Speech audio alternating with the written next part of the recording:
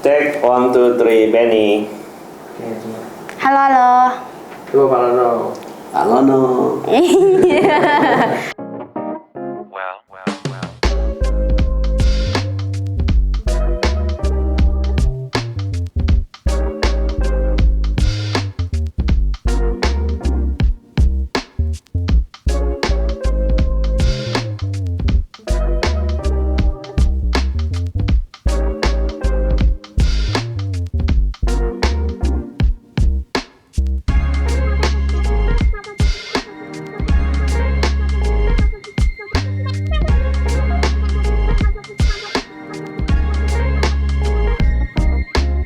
Halo teman-teman, Gereja Katedral punya program baru nih. Nama program kita adalah Sahabat Katekese. Nah, sekarang aku udah sama para katekis yang ngajar di Gereja Katedral Jakarta loh. Yuk kita kenalan dulu. Jadi, di sebelah kiri aku ada Pak Benny Purnomo. Hai, Benny. Di sebelah kanan aku ada Pak Lono. Hai, saya Pak Lono. Nah, jadi hari ini kita mau bahas sedikit apa itu katekese dan katekis. Nah, Pak Benny, Pak Lono, aku mau nanya nih, perbedaan katekis dan katekese itu apa sih? Kalau Lono duluan deh. Baik. Katekis itu adalah gurunya. Artinya orang yang bertanggung jawab membimbing calon-calon yang akan dibaptis. Nah, berarti calon yang akan dibaptis itu nanti akan di bawah bimbingan dia, seorang katekis. Sementara kalau katekumen itu adalah orangnya. Katehin gitu ya. Kat dan echo, dua akar kata gitu loh. Kat itu luas, spread out gitu loh. Echo adalah gaung. Jadi katekese itu adalah bagaimana menggaungkan sesuatu yang baik, menggaungkan sesuatu yang baik. Nah, dari katekese ini turunlah tadi dua, katekis dan katekumen. Katekis itu seperti yang tadi sudah dibicarakan adalah gurunya, dalam tanda kutip, istilahnya pendampingnya lah. Kemudian katekumen adalah yang didampingi. Nah, masa katekumenat itu cukup lama. Karena kan kalau kita ngomong katekumen itu adalah prosesnya. Jadi ketika seseorang mau menjadi Katolik, tertarik menjadi Katolik, dia harus melewati proses katekumenat ini. Apa sih katekumenat itu? Pertama, dia belajar bagaimana menjadi orang Katolik. Jadi gereja Katolik, ketika seseorang mau menjadi Katolik, dia belajar dulu cocok nggak jadi orang Katolik. Apa yang harus dilakukan jadi orang Katolik? Kebiasaan-kebiasaan apa? Tata caranya seperti apa? Nah, ini dipelajari dalam masa katekumenat ini. Nah, masa katekumenat itu kira-kira hampir setahun lah. Ya, hampir setahun. Dimulai dari pertama dia daftar dulu. Kalau saya ambil contoh katedral, ini kan di katedral kan? Boleh dong ambil contoh katedral dong. Boleh dong. Boleh sekalian jualan promosi katedral kan? Boleh banget tuh teman-teman. Yuk yang tertarik mau jadi Katolik bisa langsung daftar. Jadi pertama daftar dulu di sekretariat. Oke. Ya, daftar di sekretariat. Kemudian nanti dikumpulin tuh sama sekretariat sebulan-sebulan. Ya. Lalu yang mau menjadi Katolik ini diwawancarai dulu sama Romo.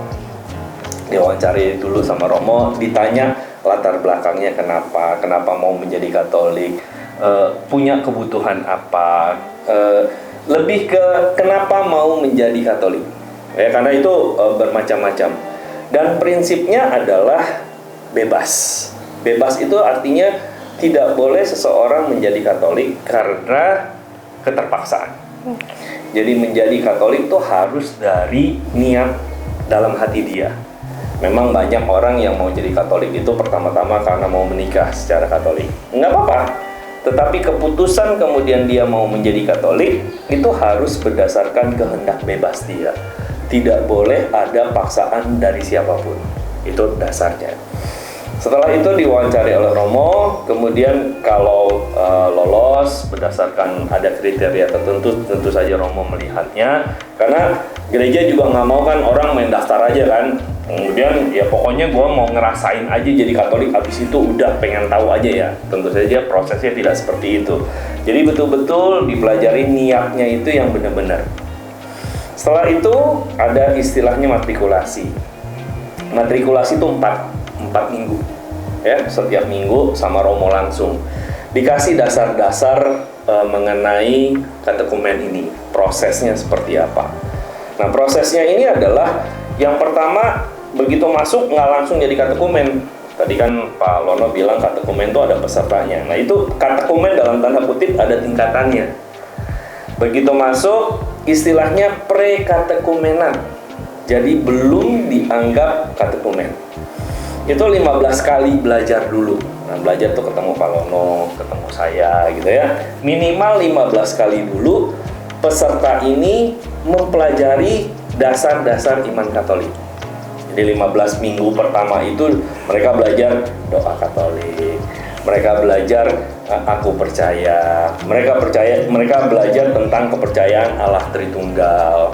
Kenapa sih kok Allah punya anak? Apakah Allah beranak? Nggak seperti itu, konsepnya seperti apa? Nah, itu selama 15 minggu pertama. Setelah itu mereka dilantik. Istilahnya dilantik. Jadi ada upacara khusus di dalam perayaan Ekaristi mengubah mereka dari pre-katekumenan menjadi katekumen. Itu setelah 15 kali. Setelah itu mereka disebut katekumen. Itu disebut tuh di hadapan umat, kemudian mereka dilantik, kemudian umat akan melihat siapa-siapa yang sedang belajar. Nah, kenapa di hadapan umat? Karena diharapkan di antara umat itu tentu saja ada temannya, ada keluarganya. Diharapkan orang-orang yang menyaksikan itu mendukung, mendoakan, mendampingi mereka juga dalam perjalanan ini.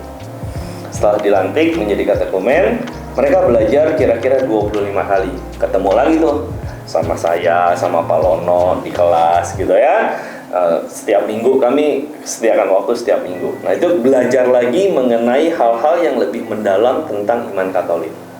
Ya, belajar tentang sakramen, belajar tentang doa-doa, belajar tentang devosi, belajar nanti nih banyak bahannya nih. Artinya kenapa sih orang Katolik itu menghormati Maria?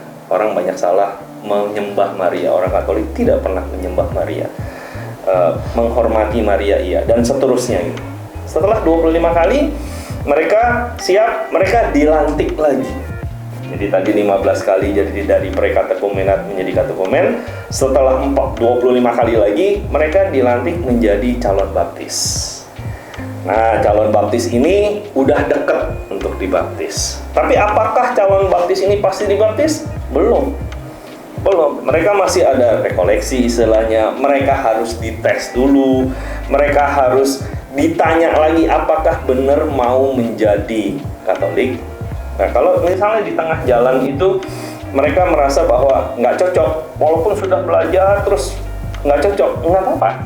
Karena sekali lagi gereja Katolik menjadi Katolik itu berlandaskan bahwa kehendak bebas saya mau sendiri berdasarkan pengalaman tadi. Nah, di dalam tadi kan 15 plus 25 kan kira-kira 40 minggu. Ya, 40 minggu itu hampir setahun lah. Hampir setahun, mereka belajar juga. Mereka diharuskan untuk ikut perayaan Ekaristi. Mereka jadi, bagaimana monitornya? Setiap kali perayaan Ekaristi, mereka harus catat. Kemudian harus minta tanda tangan romonya. Nah, itu minimal kan 40 kali. Kemudian mereka juga harus aktif di lingkungan. Jadi di gereja Katolik itu ada kayak RT lah gitu ya, ada wali kota, RW, RT, dan di Katolik itu ada uskupan, ada paroki, ada wilayah, ada lingkungan. Nah, itu apa tuh nanti mereka pelajari. Nah, mereka harus kenal juga. Jadi selama 1 tahun 40 minggu itu mereka diajarkan bagaimana hidup seperti orang Katolik. Ya. Nah, setelah itu oke semua, tentu saja mereka akan dibaptis. Nah, mereka dibaptis. Kemudian, nah, di dalam baptis ini, baptis itu adalah lambang kehidupan baru. Air itu menyucikan semua. Jadi, ketika dibaptis, mereka ada yang namanya nama baptis. Nama baptis ini adalah nama santo dan santa yang mereka mau hidupnya diteladani. Mereka diajarkan bagaimana hidup seperti orang Katolik. Ya. Nah, setelah itu oke semua, tentu saja mereka akan dibaptis. Nah, mereka dibaptis. Kemudian, di dalam baptis ini, baptis itu adalah lambang kehidupan baru. Air itu menyucikan semua. Jadi, ketika dibaptis, mereka ada yang namanya nama baptis.